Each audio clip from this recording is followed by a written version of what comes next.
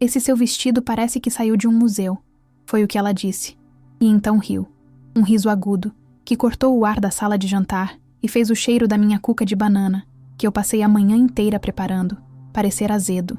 Meu filho, o Heitor, ficou paralisado, com o garfo no ar, sem saber para quem olhar. Naquele silêncio, eu senti o peso de cada um dos meus 72 anos. O que a minha nora não sabia, enquanto o eco do deboche dela ainda pairava sobre a mesa, é que o fio daquele pano de museu era o mesmo que tecia o futuro dela. O futuro que ela tanto sonhava e que naquele exato instante ela colocou nas minhas mãos. Se você já se sentiu invisível ou subestimado alguma vez na vida, fica aqui comigo, porque eu vou te contar como usei a maior humilhação que sofri para dar a maior lição que alguém poderia aprender. Se inscreve aqui e deixa o seu like para eu saber que você está me ouvindo. E me conta nos comentários de que cidade você é. A sua força pode estar exatamente onde eles pensam que não há nada. Meu nome é Alzira Guzmão. E aos 72 anos, a minha vida se resume a rituais. Aquele domingo começou como todos os outros na minha casa em Blumenau. O ar da manhã ainda estava frio, com aquele cheiro de terra molhada que sobe do jardim. A primeira coisa que fiz foi passar o café, no coador de pano, do jeito que meu falecido marido gostava. O som da chaleira apitando e o chiado da rádio local tocando uma valsa antiga eram a trilha sonora da minha solidão. Uma solidão que eu mesma escolhi, que eu aprendi a cultivar como as minhas orquídeas. Depois do café, fui para a estufa. Cuidar delas é uma meditação para mim. As folhas verdes, firmes, a textura aveludada das pétalas de uma laélia purpurata que finalmente decidiu florescer. Ali, o tempo passa diferente. Cada gesto é preciso, calculado. Podar uma folha seca, verificar a umidade do substrato. É um trabalho de paciência, de observar e esperar o momento certo para agir. Uma lição que eu levei da botânica para os negócios e que me serviu muito bem por mais de 30 anos, mesmo que ninguém da minha família soubesse disso. Minha casa é meu santuário. Construída no estilo enxaimel, com madeira escura e paredes brancas, ela guarda a minha história. Os móveis de embuia, pesados e polidos com cera de abelha, rangem sob o peso das memórias. Em cada canto, um porta-retrato. Heitor na primeira comunhão. Heitor se formando na faculdade. O tic-tac do relógio de pêndulo na sala é como o batimento cardíaco da casa. Um som constante que me lembra que a vida continua, mesmo quando parece que tudo parou. Naquele domingo, porém, um simples vestido de linho, bordado por mim com pequenas flores do campo, se tornaria a arma de uma humilhação que eu não esperava. Ele estava pendurado atrás da porta, esperando pelo almoço em família. Um almoço que eu desejei que nunca tivesse acontecido. A peça não era nova, tinha uns bons anos, mas o tecido era de uma qualidade que não se encontra mais. Um tecido da primeira leva da Têxtil Vanguarda, a minha empresa. A ironia era tão amarga que eu quase podia sentir o gosto dela na boca. Heitor me ligou por volta das 10 da manhã. A voz dele sempre tem um tom meio ansioso, como se ele estivesse pedindo desculpas por existir. Mãe, tá tudo certo pra hoje, né? A Letícia tá super animada pra te contar uma novidade. Eu sabia que a animação não era para me ver, mas para se exibir. Desde que meu filho se casou com ela, nossos almoços, de domingo, se tornaram um desfile das conquistas e aquisições de Letícia. O carro novo, a bolsa de marca, a viagem para a Europa. Eu apenas sorria e servia mais uma fatia de cuca. Quando o carro deles parou em frente à casa, o som do motor moderno pareceu uma afronta ao silêncio da minha rua. Letícia desceu primeiro. Ela sempre parecia impecável, como uma boneca de vitrine. Naquele dia, usava um terninho bege, de corte reto, e um perfume floral tão forte que chegou antes dela na porta brigando, com o cheiro de canela e banana que vinha da minha cozinha. O cheiro dela era o cheiro do novo mundo. Um mundo de aparências ao qual eu, supostamente, não pertencia mais. O abraço dela foi rápido, os braços firmes mal tocando minhas costas, como se tivesse medo de amassar a roupa ou pegar meu cheiro de vó. O sorriso não chegava aos olhos. Os olhos dela, azuis e calculistas, passeavam pela minha sala, medindo o valor de cada objeto, de cada memória. E eu sentia, descartando tudo como velho, ultrapassado. Ela não via a história ali. Via apenas poeira, coisas para serem substituídas. Heitor limpou a garganta, com aquele brilho no olhar que ele só tem quando vai dar uma notícia muito boa. Ele segurou a mão de Letícia com força, como um menino mostrando seu troféu. Mãe, senta. A gente tem uma coisa incrível para contar. Eu me sentei na minha poltrona de veludo gasto, sentindo a textura familiar sob os dedos. Eu ainda não sabia que a alegria dele seria o começo da minha maior provação. A Letícia conseguiu, ele disse, a voz explodindo de orgulho. Ela foi contratada, gerente de branding na Têxtil Vanguarda. Não é incrível?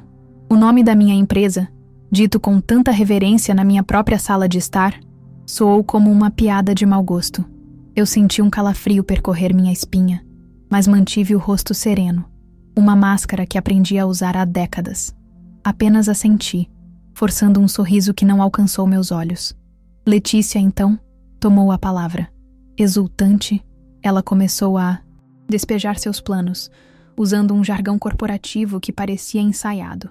Falava em modernizar a imagem, em alcançar um novo público, em rejuvenescer a marca. Cada palavra era uma agulha fina perfurando meu peito. Ela descrevia a empresa que eu ergui das cinzas da pequena tecelagem do meu marido como se fosse um castelo antigo e empoeirado precisando de uma faxina. Enquanto ela falava, minha mente viajou no tempo. Eu me lembrei do cheiro de graxa das primeiras máquinas, do barulho ensurdecedor dos teares trabalhando noite adentro. Lembrei das minhas mãos sujas, dos cadernos onde eu desenhava cada estampa, cada padrão. A Têxtil Vanguarda não era empoeirada. Ela tinha a poeira da história, do suor, da luta de uma mulher que ficou viúva aos 40 anos com um filho para criar e uma dívida para pagar. Ela continuou, alheia à minha viagem silenciosa.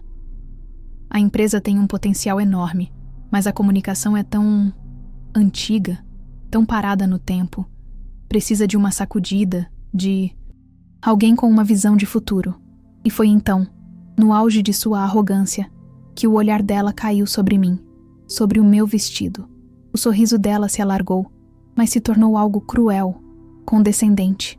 A atmosfera da sala pareceu mudar. O ar ficou mais denso, mais pesado. O vestido de linho, com seus bordados delicados que me custaram semanas de trabalho à noite, pareceu encolher no meu corpo sob o peso daquele olhar. Eu me senti nua, exposta. Era uma peça que eu amava, não pelo valor material, mas pelo que representava. Minha criatividade, minha essência. Era um pedaço da verdadeira Alzira, a designer, a empresária, a mulher por trás da vó, uma parte de mim que ela estava prestes a pisotear com um par de sapatos de salto alto. E então veio a frase, dita com uma leveza que a tornava ainda mais brutal. Que bom, sogra. Quem sabe agora eu não consigo uns tecidos novos para a senhora. Com todo respeito, esse seu vestido parece que saiu de um museu. O com todo respeito foi a parte mais desrespeitosa. Foi o verniz de educação para cobrir a maldade pura, a necessidade de me diminuir para se sentir maior, mais importante, mais moderna. Depois da frase, veio o riso, agudo, debochado, um som que não combinava com as paredes da minha casa. Aquele riso ecoou pela sala e pareceu quebrar alguma coisa dentro de mim. Não foi o barulho de um coração partido pela dor, mas o estalo seco de algo que se endurecia, que se transformava em gelo. Heitor olhou para mim, o rosto pálido, a boca entreaberta, completamente perdido entre a lealdade à mãe e o medo da esposa. Naquele instante, o som do relógio de pêndulo na sala pareceu parar. O tempo congelou, e dentro de mim, uma engrenagem que estava adormecida há 30 anos começou a girar. Eu olhei para o rosto radiante de Letícia, para sua expressão de triunfo, e entendi tudo. Ela não fazia ideia do que tinha acabado de despertar. Ela não tinha ideia de que tinha insultado a rainha anônima do império, onde ela acabara de conseguir um emprego. O resto do almoço passou como um borrão. Heitor tentou, sem jeito, mudar de assunto. falando sobre o tempo, sobre o futebol. Letícia, sentindo que talvez tivesse ido longe demais, tentou me elogiar pela comida, mas suas palavras soavam ocas, falsas. Eu continuei em silêncio, servindo a todos com a mesma calma de sempre. Por fora, eu era a vó Alzira, a matriarca serena. Por dentro, a presidente do conselho da Têxtil Vanguarda estava planejando sua próxima jogada. Cada garfada que Letícia dava na minha comida era observada por mim. Eu estudava seus gestos, a maneira como ela segurava o copo, o brilho ambicioso em seus olhos. Ela era inteligente, disso não havia dúvida, e faminta por sucesso. Mas lhe faltava algo essencial, algo que o dinheiro não compra, e nenhuma faculdade ensina: a sabedoria de saber quem se deve ou não subestimar. Ela via em mim uma velhinha inofensiva, um degrau que ela poderia pisar para subir mais alto, enquanto ela se gabava de como seria sua primeira semana, de como ela impressionaria o presidente, um homem que ela imaginava ser um tubarão implacável dos negócios. Eu apenas sorria discretamente. A ironia era deliciosa. Ela estava montando uma estratégia de guerra para impressionar a pessoa que ela acabara de humilhar na mesa de jantar. A pessoa que naquele momento decidia se o sonho dela duraria uma semana ou uma carreira inteira. A história daquele vestido voltou com força à minha mente. Eu o desenhei depois de uma viagem a Rolambra, inspirado nos campos de flores.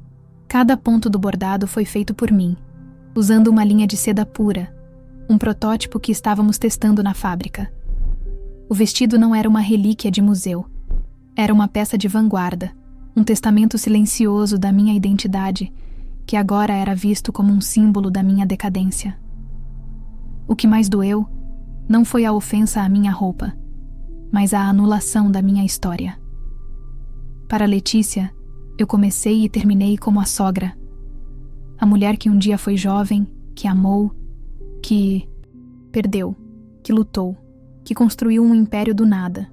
Essa mulher não existia no universo dela. E essa invisibilidade, essa redução a um estereótipo, era uma prisão muito mais sufocante do que a minha casa silenciosa. Quando eles se levantaram para ir embora, o abraço de Letícia foi ainda mais frio. O tecido do seu terninho caro era áspero contra a minha pele. "Se cuida, sogra", ela disse, com um tom que soava mais como uma ordem do que como um desejo. Eu apenas a observei entrar no carro, ajeitar o cabelo no retrovisor e sorrir, satisfeita com seu desempenho no almoço de domingo. Eu os vi partir pela janela da cozinha, o carro moderno desaparecendo no fim da rua. A casa voltou ao seu silêncio habitual, mas agora ele era diferente. Estava carregado de uma nova energia, uma tensão elétrica. O cheiro de Letícia ainda estava no ar, um perfume invasor que eu precisava expurgar. Eu me sentia presa, encurralada, não pelas paredes da casa, mas dentro da personagem que eles mesmos criaram para mim. Fui até meu escritório, um cômodo pequeno nos fundos da casa, que Heitor e Letícia nunca se deram ao trabalho de conhecer. Ali não havia porta-retratos, apenas estantes com livros de administração, catálogos de tecidos e relatórios financeiros. Sobre a mesa de madeira maciça, um telefone preto, de disco, e ao lado, um notebook de última geração. Ali, a vó Alzira dava lugar a AG, a sigla temida e respeitada no mundo dos negócios. Olhei para o telefone na minha mesa, o número do meu braço direito na empresa, o seu Ademir, gravado na memória há décadas. A humilhação ainda ardia, como uma brasa viva no meu peito, mas por baixo dela, uma clareza fria e cortante tomava forma. Aquele insulto não foi uma ofensa, foi um presente. A oportunidade que ela me deu, essa era irrecusável. A lição de Letícia começaria a ser preparada naquela mesma noite. Minha mão tremia um pouco ao pegar o fone do gancho. O plástico preto e pesado do telefone parecia uma relíquia, assim como o vestido que Letícia zombou. Disquei o número de Ademir de memória, os dedos afundando nos buracos do disco com um som mecânico e satisfatório. Cada giro era um passo para longe da vó Alzira e um passo para perto da AG, que o mundo dos negócios conhecia. O cheiro de cera de abelha e papel antigo do meu escritório nunca pareceu tão nítido, a poeira dançando no feixe de luz do fim de tarde que entrava pela janela. Era a poeira da minha história, e eu não permitiria que ninguém a varresse para debaixo do tapete. A voz dele atendeu no segundo toque, grave e familiar. Ademir falando. Há 40 anos eu ouvia aquela voz. Ademir começou como contador na tecelagem do meu marido e se tornou meu vice-presidente, meu conselheiro, a única pessoa no mundo que conhecia a verdadeira extensão do meu trabalho. Ele era o rosto público da Têxtil Vanguarda, o executivo impecável que todos os jornais entrevistavam, enquanto eu movia as peças por trás do tabuleiro. Ele era meu escudo e minha espada, e agora seria meu diretor de cena. Ademir, sou eu, disse, minha voz mais firme do que eu esperava. O silêncio do outro lado da linha durou apenas 1 segundo, mas foi o suficiente para ele entender. Eu nunca ligava naquele telefone, naquele horário, a não ser que algo muito sério estivesse acontecendo. Alzira, aconteceu alguma coisa? Com o Heitor? A preocupação genuína em sua voz quase me fez vacilar. Ele era mais do que um funcionário. Era um amigo que me viu enterrar um marido e construir um futuro. Heitor está bem, tranquilizei-o. O som do pêndulo do relógio da sala invadindo o escritório. O problema, Ademir, é outro. Acabamos de contratar uma nova gerente de branding, Letícia Torres, a esposa do meu filho. Eu ouvi o suspiro pesado dele do outro lado. Ele sabia das minhas dificuldades com ela, das pequenas alfinetadas que eu sempre ignorei. O ar no escritório pareceu ficar mais frio, mesmo com o sol se pondo lá fora. Eu não precisei contar os detalhes da humilhação. Ademir me conhecia. Ele sabia que para eu quebrar meu silêncio de décadas, a ferida tinha sido profunda. Prepare a sala de reuniões do conselho para amanhã, às 9 da manhã. A sala antiga, Ademir, a do último andar, com o retrato do meu marido na parede. Eu queria que o cenário fosse perfeito. Cada objeto naquela sala contava um capítulo da nossa jornada, um capítulo que Letícia acreditava ser apenas poeira. Alzira, o que você vai fazer? Ele perguntou. O tom agora era de cautela. A moça começa. Amanhã. Vai ser o primeiro dia dela. Eu podia sentir a tensão em sua voz. O medo de um escândalo. Ele sempre foi meu protetor, tentando me poupar de confrontos diretos. Mas desta vez, o confronto era inevitável. Era necessário. O cheiro da cuca de banana ainda estava impregnado na casa. Um lembrete doce de uma ofensa amarga. Eu vou dar as boas-vindas a ela, do meu jeito. Respondi. E o silêncio que se seguiu foi de completo entendimento. Ah, e Ademir, peça para o RH preparar o contrato, kit de boas-vindas, tudo como de costume. Mas diga a eles que a reunião final de integração, a mais importante, será comigo. E que ninguém, absolutamente ninguém, deve mencionar meu nome a ela até que entre naquela sala. Eu queria o elemento surpresa, o choque que a faria reavaliar cada palavra, cada riso debochado. Ele concordou, a voz resignada. Como a senhora quiser, Alzira. A sala estará pronta. Desliguei o telefone, o clique final soando como o martelo de um juiz. Por um longo momento, fiquei ali, sentada na penumbra, sentindo o peso da decisão. Aquilo mudaria tudo. A dinâmica com meu filho, a paz frágil da minha família, tudo seria colocado à prova. Mas a alternativa, continuar sendo a velhinha invisível do vestido de museu, era insuportável. Depois da ligação, a adrenalina começou a baixar, dando lugar a uma onda de dúvida. Levantei-me e caminhei pela casa silenciosa. Na sala, o porta-retrato de Heitor, sorrindo em sua formatura, me encarava. Ele amava Letícia, felicidade dele, ingênua e pura. Era a coisa mais preciosa para mim. Ao humilhá-la, eu não estaria ferindo meu próprio filho? O assoalho de madeira rangia sob meus pés, cada passo ecoando minhas incertezas. Fui até a cozinha e vi o prato de cuca sobre a mesa, comido pela metade. O cheiro de canela e banana agora me causava náuseas. Era o cheiro da minha tentativa de agradar, de manter a paz, de ser a avó perfeita que eles esperavam. E o que eu recebi em troca? Desprezo. Um desprezo velado em um sorriso polido. Senti uma raiva fria subir pela minha espinha. Uma raiva que eu não sentia há muito, muito tempo. Essa raiva me levou de volta no tempo. Lembrei-me de quando o Heitor tinha 8 anos e chegou da escola chorando porque um menino maior havia roubado seu lanche. Eu não fui à escola reclamar.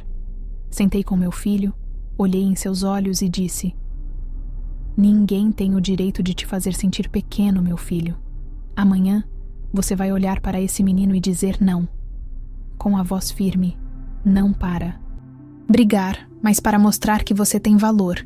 Ele aprendeu a lição. E agora, era a minha vez de reaprendê-la. Minha casa, meu santuário, de repente pareceu uma gaiola dourada que eu mesma construí. Os móveis pesados, as cortinas de renda, as orquídeas delicadas, tudo fazia parte da personagem que eu criei para me proteger, para manter minha vida profissional separada da pessoal. Mas Letícia não invadiu apenas a minha casa naquele domingo. Ela invadiu meu legado. E isso era um território sagrado. A dúvida se dissipou como a névoa da manhã em Blumenau. Voltei para o meu quarto e abri o guarda-roupa. Lá estava ele, o vestido de linho, pendurado com cuidado. Passei os dedos pelos bordados, sentindo a textura da linha de seda sob a polpa dos meus dedos. Cada florzinha daquela era uma hora da minha vida, um pensamento, um sonho. Aquele vestido não era velho. Ele tinha história. Era a prova física da minha criatividade. A mesma criatividade que ergueu a têxtil vanguarda. Letícia não. Riu de um pedaço de pano. Ela riu da minha alma. Fechei a porta do guarda-roupa com uma firmeza que surpreendeu a mim mesma. A decisão estava selada no meu coração.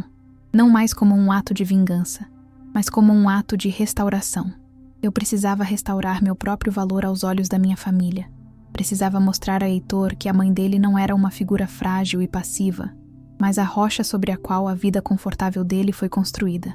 Peguei o telefone novamente, mas desta vez o celular, escondido na gaveta da minha escrivaninha. Disquei para a chefe do RH, uma mulher que eu mesma contratei há 20 anos. Marta, boa noite. É a Alzira. Tenho um pedido incomum para a integração da nova gerente de branding amanhã. A voz dela do outro lado foi de surpresa e prontidão imediata. O poder, eu refleti, é isso. A capacidade de fazer o mundo parar para te ouvir com apenas um telefonema. Quero que o crachá dela seja entregue em um envelope lacrado, que só poderá ser aberto na minha presença. E quero que ela seja levada para o último andar pelo caminho mais longo, passando pelo chão de fábrica. Quero que ela sinta o cheiro do algodão cru, que ouça o barulho dos teares. Quero que ela veja as mãos das mulheres que fazem a vanguarda acontecer, antes de conhecer a mulher que a comanda. A avó Alzira tinha ido dormir. Quem acordaria na manhã seguinte seria a G, a presidente do conselho. Na manhã de segunda-feira, o ar em Blumenau estava diferente. Ou talvez fosse eu. O céu estava de um azul límpido, cortado pelo voo dos quero-queros no meu jardim. Fiz meu café como sempre, mas o sabor parecia mais intenso, mais amargo. O som da rádio tocando uma polca antiga não me trazia nostalgia, mas um senso de propósito. Era a trilha sonora da minha batalha. Eu não estava nervosa. Estava estranhamente calma, como um general que revisa o mapa pela última vez antes do ataque. Não vesti o vestido de linho. Aquilo seria teatral demais. Escolhi um terninho de seda azul marinho, de corte impecável, uma peça de uma das primeiras coleções de alta costura da vanguarda. Discreto, elegante, poderoso. Nos pés, sapatos de couro macio, que não faziam barulho ao andar. Prendi meus cabelos prateados em um coque baixo e firme. A única joia era um broche de ouro discreto na lapela. O primeiro logotipo da empresa, desenhado por mim em um guardanapo. Ao me olhar no espelho, não vi uma avó de 72 anos. Vi Alzira Guzmão, a mulher que negociou com fornecedores turcos, que enfrentou greves, que sobreviveu a 2 crises econômicas e que transformou uma dívida em um império. A mulher que Letícia precisava desesperadamente conhecer. O reflexo no espelho assentiu para mim, um pacto silencioso de que não haveria recuo. Meu motorista, um senhor discreto que trabalha para mim há 15 anos e que Heitor acredita ser apenas um amigo que me dá caronas, já me esperava. O carro preto e luxuoso deslizou pelas ruas arborizadas de Blumenau, passando por casas com jardins, floridos e arquitetura em chaimel. Para qualquer um que olhasse, eu era apenas mais uma senhora indo a uma consulta médica. A invisibilidade que antes me irritava, agora era minha maior arma. Chegar à sede da Têxtil Vanguarda era como chegar em casa. O prédio de vidro e aço, moderno, mas com detalhes em madeira que remetiam às nossas origens. Era a materialização do meu sonho. Os seguranças me cumprimentaram com um respeitoso "Bom dia, Dona Alzira". Os funcionários que cruzavam comigo no lobby abriam caminho, baixando a cabeça em um gesto de reverência. Eu era um fantasma para o mundo, mas ali, naquele universo, eu era a rainha. Ademir me esperava na porta do elevador privativo. Ele estava impecável em seu terno cinza, mas seus olhos denunciavam a ansiedade. "Está tudo pronto, Alzira. Ela chegou há 10 minutos. Está com a Marta do RH, começando o tour que você pediu." A textura do corrimão de aço escovado do elevador estava fria sob meus dedos. A cada andar que subíamos, eu sentia a tensão aumentar, uma corda de violino sendo esticada ao máximo. Quando as portas se abriram no último andar, o silêncio era absoluto. Este andar era reservado apenas para o conselho. As paredes eram cobertas por painéis de madeira escura, e o chão por um tapete espesso que abafava qualquer som. O ar tinha um cheiro de couro, madeira e sucesso. Fomos direto para a sala de reuniões antiga, um santuário que eu mantinha exatamente como era no início. A sala era imponente. Uma longa mesa de jacarandá maciço dominava o ambiente. Nas paredes, em vez de gráficos e projeções, estavam as primeiras amostras de tecido emolduradas, fotos em preto e branco do início da fábrica, e na parede principal, o enorme retrato a óleo do meu falecido marido. Era uma sala que respirava história. Sobre a mesa polida, coloquei uma única pasta. Dentro dela, o currículo de Letícia e uma cópia do meu primeiro caderno de desenhos. Ademir parou ao meu lado, olhando para o retrato. Ele ficaria orgulhoso de você, Alzira, do que você construiu. Eu assenti, sentindo um nó na garganta. Ele ficaria furioso por eu ter permitido que chegassem a este ponto, Ademir. Ele nunca aceitou o desrespeito. Foi quando o telefone na mesa tocou. Um som agudo que cortou o silêncio solene. Ademir atendeu. Era a secretária. Sim, pode mandar subir. Ele desligou e olhou para mim. Ela está vindo. Meu coração deu um único pulo forte. O espetáculo estava prestes a começar. Os segundos se arrastavam com a lentidão de melado escorrendo. Eu sentia a textura fria e lisa da mesa de jacarandá sob a palma das minhas mãos. Uma âncora na tempestade que se formava dentro de mim. O único som na sala era o zumbido quase imperceptível do ar-condicionado e a respiração contida de Ademir, de pé ao meu lado como uma sentinela. Lá fora, o sol da manhã batia contra o vidro blindado da janela, mas aqui dentro, no último andar, a atmosfera era de penumbra e expectativa. Eu não estava com medo. O que eu sentia era uma clareza cortante, o tipo de foco que precede uma cirurgia delicada. Então, ouvi. O som distante de saltos altos no corredor de mármore, um ritmo rápido e confiante que se aproximava da nossa porta. Cada passo era uma batida no tambor que anunciava a batalha. Olhei para o retrato do meu marido na parede, seus olhos pintados a óleo parecendo me dar a força que eu precisava. Ele nunca tolerou arrogância. Ele sempre disse que a raiz de uma empresa não está nos números, mas no respeito. E o respeito, naquele domingo, havia sido pulverizado junto com o riso da minha nora. A maçaneta de bronze girou lentamente. A porta se abriu com um rangido baixo, solene. E lá estava ela. Letícia parou no umbral, uma figura de poder e ambição em seu terninho bege impecável. Seus olhos azuis, antes tão cheios de si, agora demonstravam uma leve confusão. Ela esperava uma sala de reuniões moderna, cheia de executivos.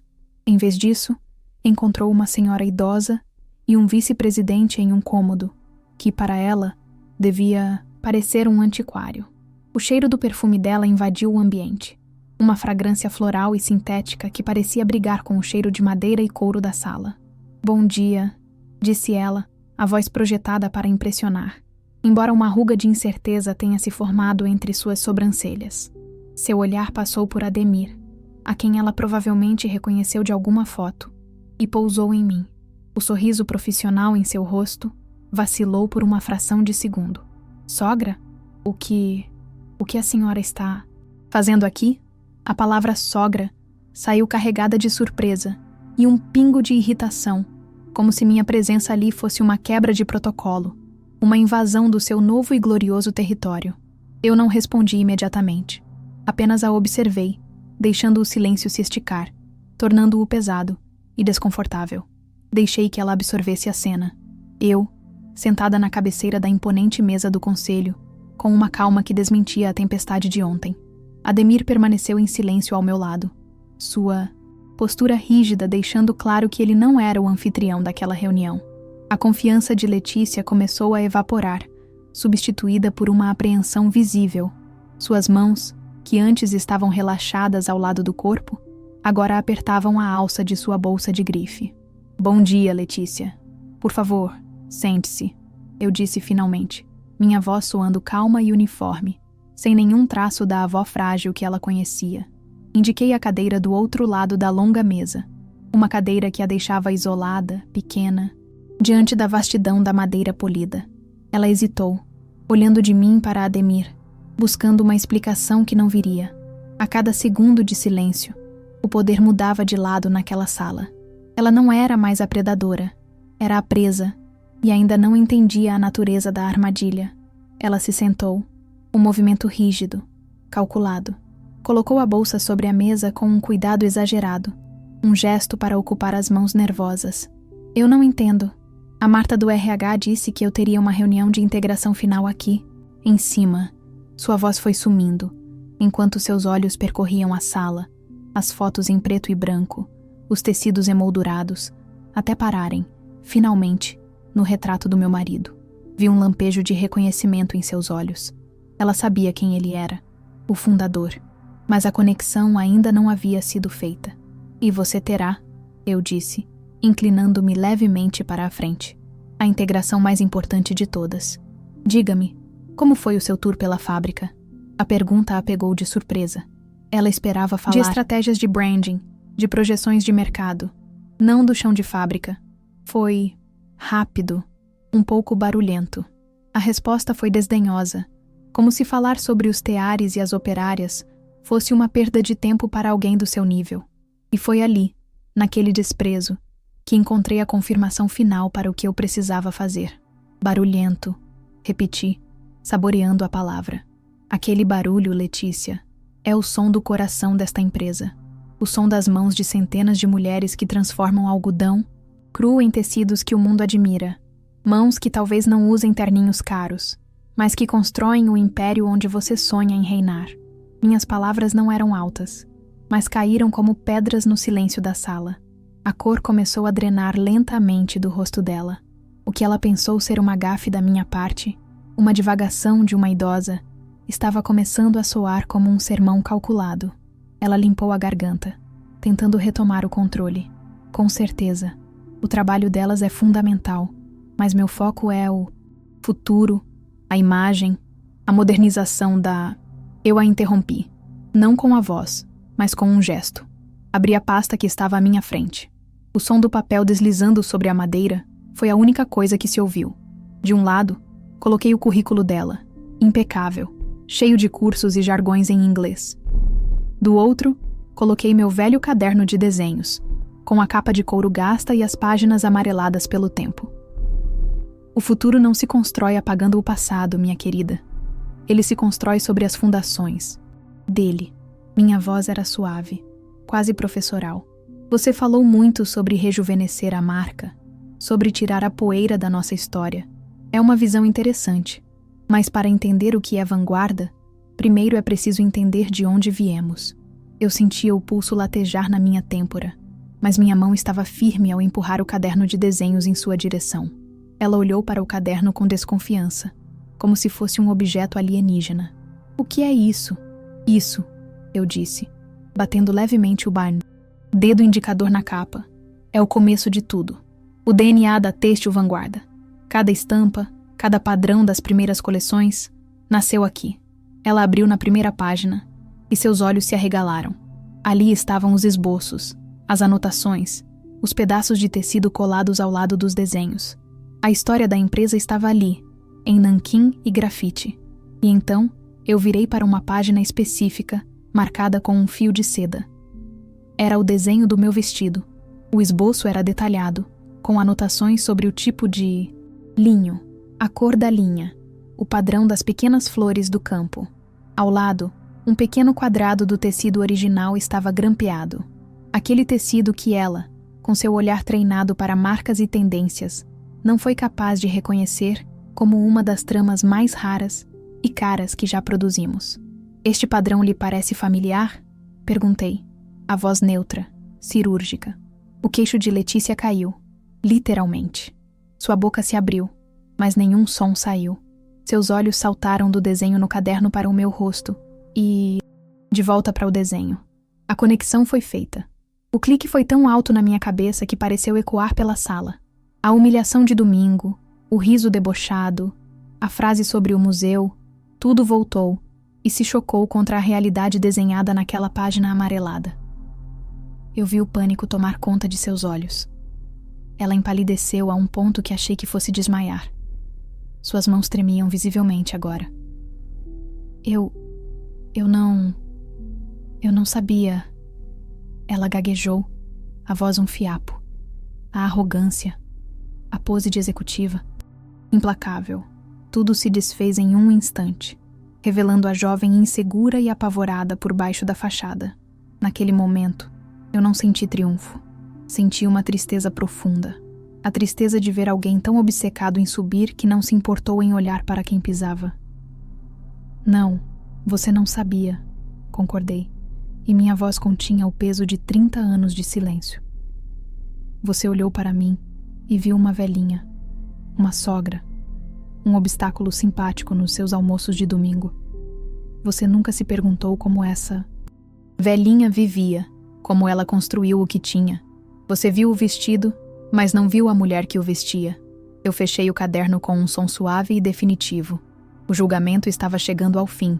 Ademir, que permanecera como uma estátua até então, deu um passo à frente. Sua presença imponente pareceu preencher o resto do espaço na sala. Ele colocou um envelope lacrado sobre a mesa, ao lado do currículo dela. Senhorita Torres, este é o seu crachá e seu contrato. Como pode ver, ele é assinado pela presidente do Conselho de Administração da Têxtil Vanguarda. A voz dele era grave, formal, sem nenhuma emoção. Letícia olhou para o envelope como se fosse uma serpente. Ela não ousava tocar. Seus olhos estavam fixos em mim, cheios de um terror abjeto. Presidente do Conselho? Ela sussurrou, a palavra se desfazendo no ar. Mas todos dizem que é um homem, as revistas, as entrevistas. As entrevistas são dadas pelo meu vice-presidente, o Sr. Ademir. Eu completei a frase para ela. Eu prefiro cuidar das minhas orquídeas e da minha empresa, longe dos holofotes. O silêncio que se seguiu foi o mais pesado que eu já senti na vida. Era um silêncio preenchido pela aniquilação de um sonho, pela implosão de uma carreira antes mesmo de começar. As lágrimas começaram a escorrer pelo rosto de Letícia, silenciosas, destruindo a maquiagem perfeita.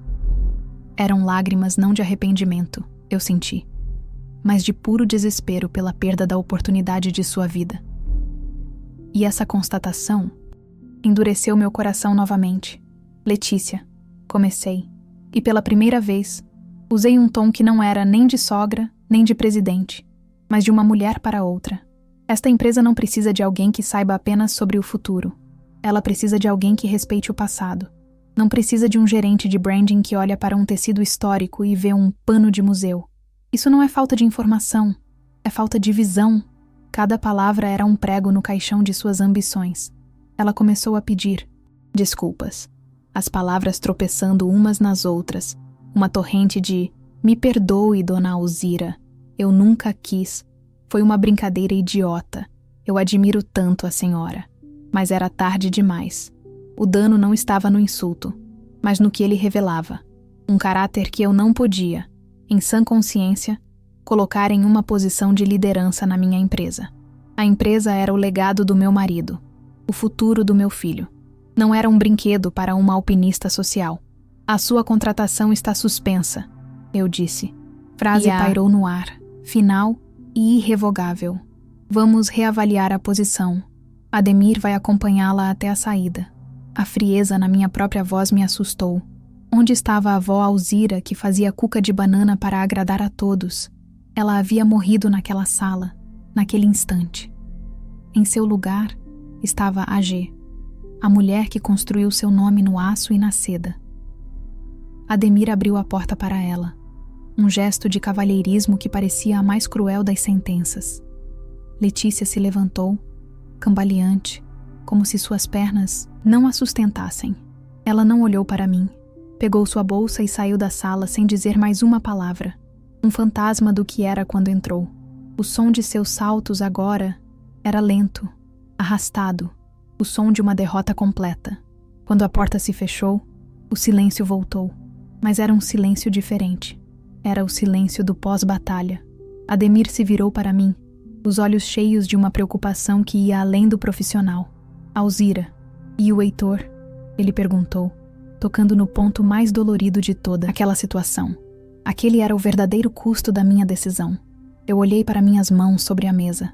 Elas não tremiam mais. Estavam firmes, estáveis. A mulher que havia acordado naquela manhã, com o coração apertado pela humilhação, não existia mais. A transformação estava completa. Eu não era mais a avó que se escondia atrás de suas orquídeas. Eu era Alzira Gusmão, em minha totalidade. E eu sabia, com uma certeza que doía na alma, que a jornada mais difícil ainda estava por vir. A conversa com meu filho. Naquele silêncio, eu não senti vitória, nem vingança. Senti o peso esmagador da minha própria força, redescoberta depois de tanto tempo adormecida. A poeira que Letícia queria limpar não estava na empresa, estava sobre mim. E ao sacudi-la, eu havia mudado não apenas o destino dela, mas o meu próprio, para sempre. A avó Alzira e a AG agora eram uma só pessoa. E essa pessoa teria que encarar as consequências de seus atos, começando dentro de sua própria casa. Quando a porta fechou, um silêncio profundo e pesado tomou conta da sala.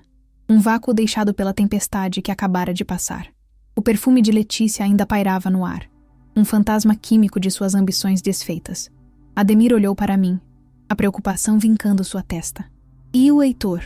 Ele repetiu, a voz baixa, sabendo que a batalha mais difícil não havia sido travada naquela sala de reuniões, mas me esperava em casa. Eu assenti, sentindo pela primeira vez o peso completo da coroa que eu mesma havia colocado de volta em minha cabeça.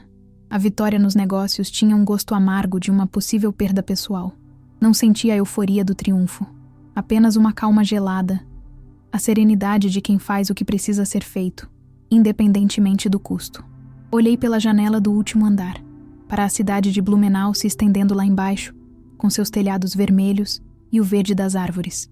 Por 30 anos, eu observei essa cidade crescer do alto, como uma deusa anônima.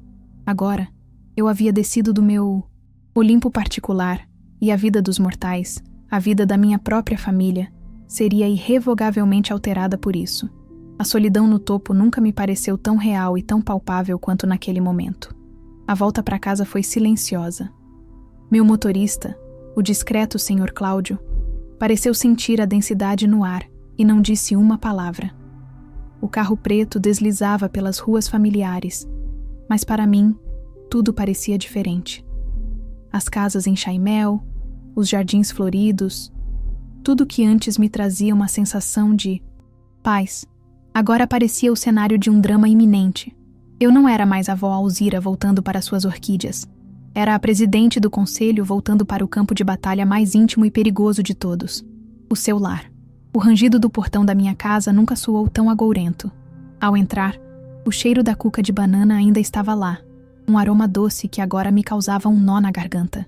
Era o cheiro da minha tentativa de manter uma paz que era, na verdade, uma mentira.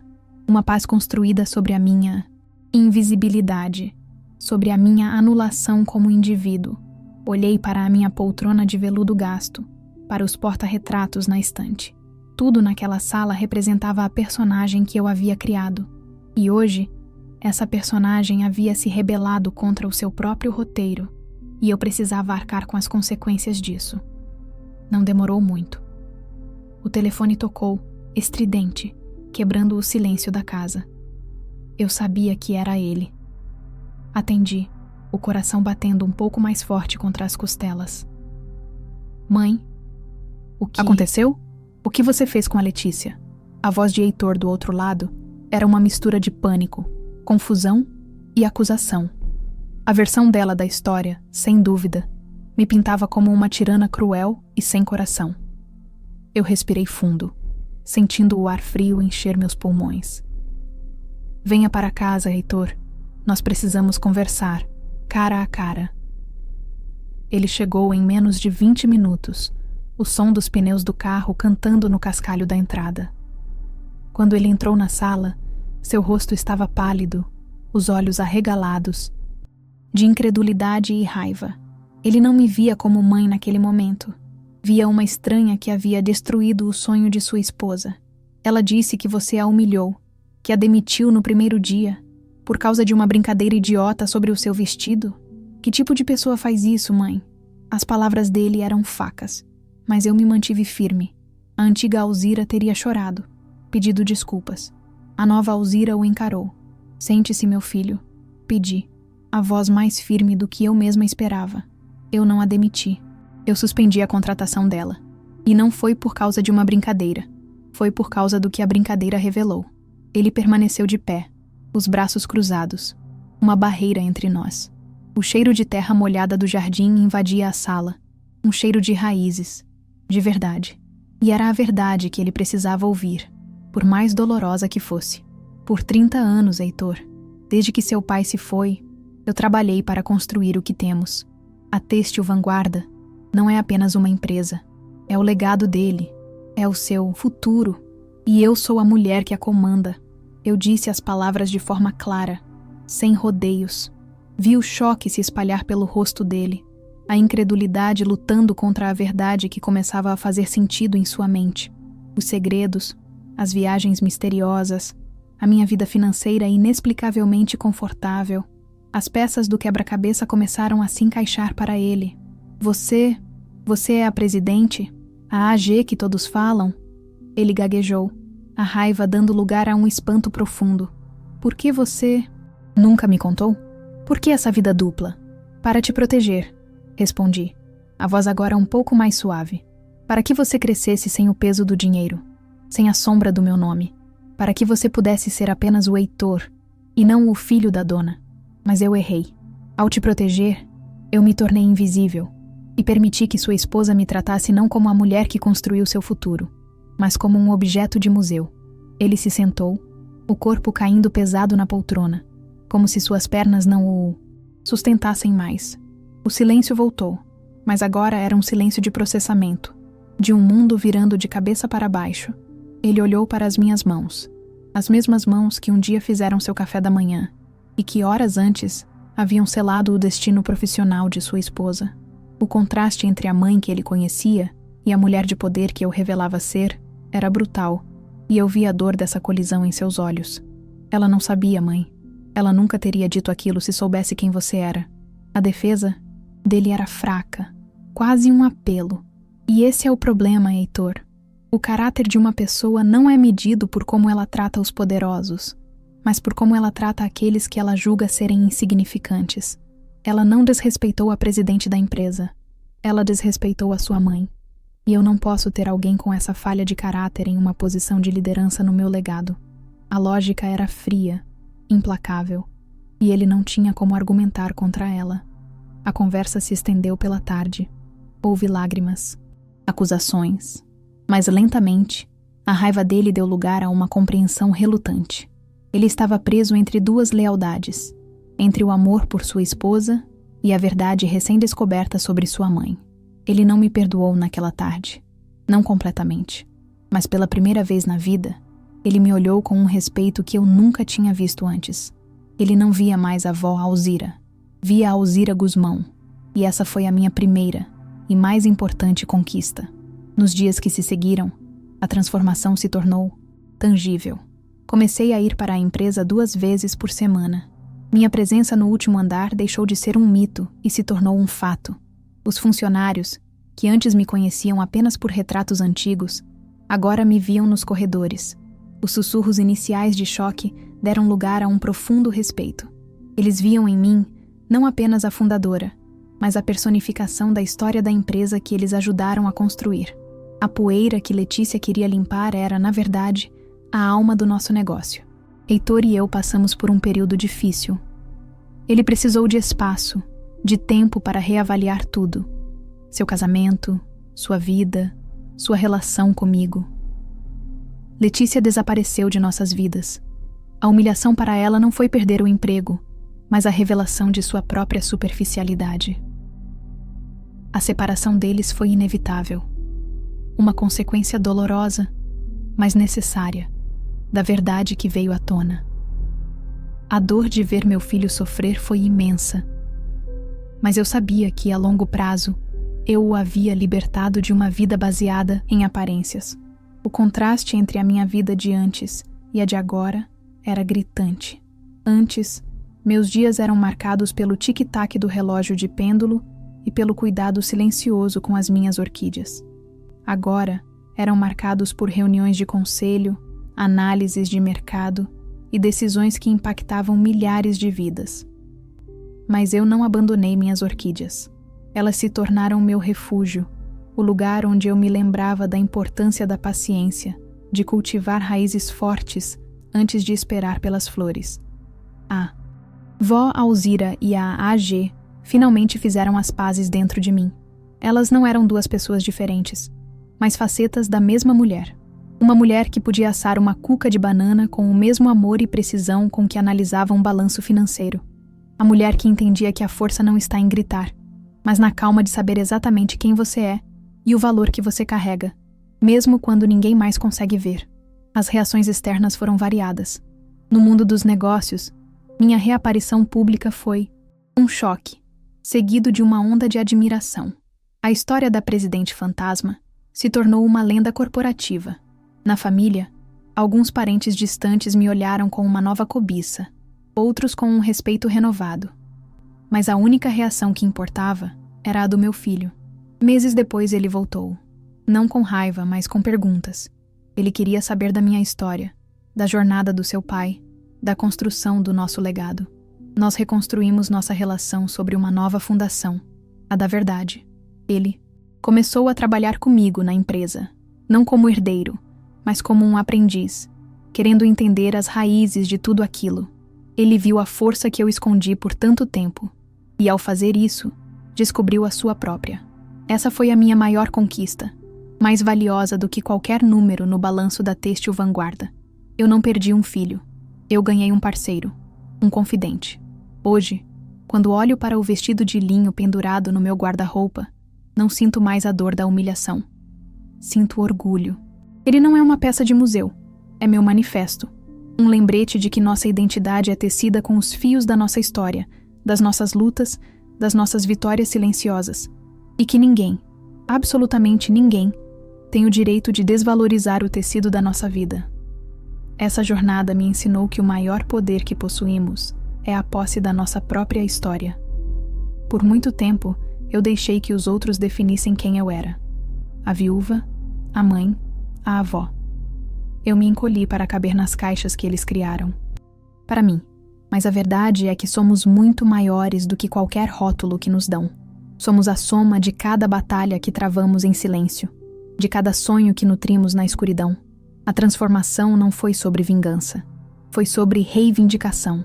Reivindicar meu nome, minha história, meu lugar no mundo.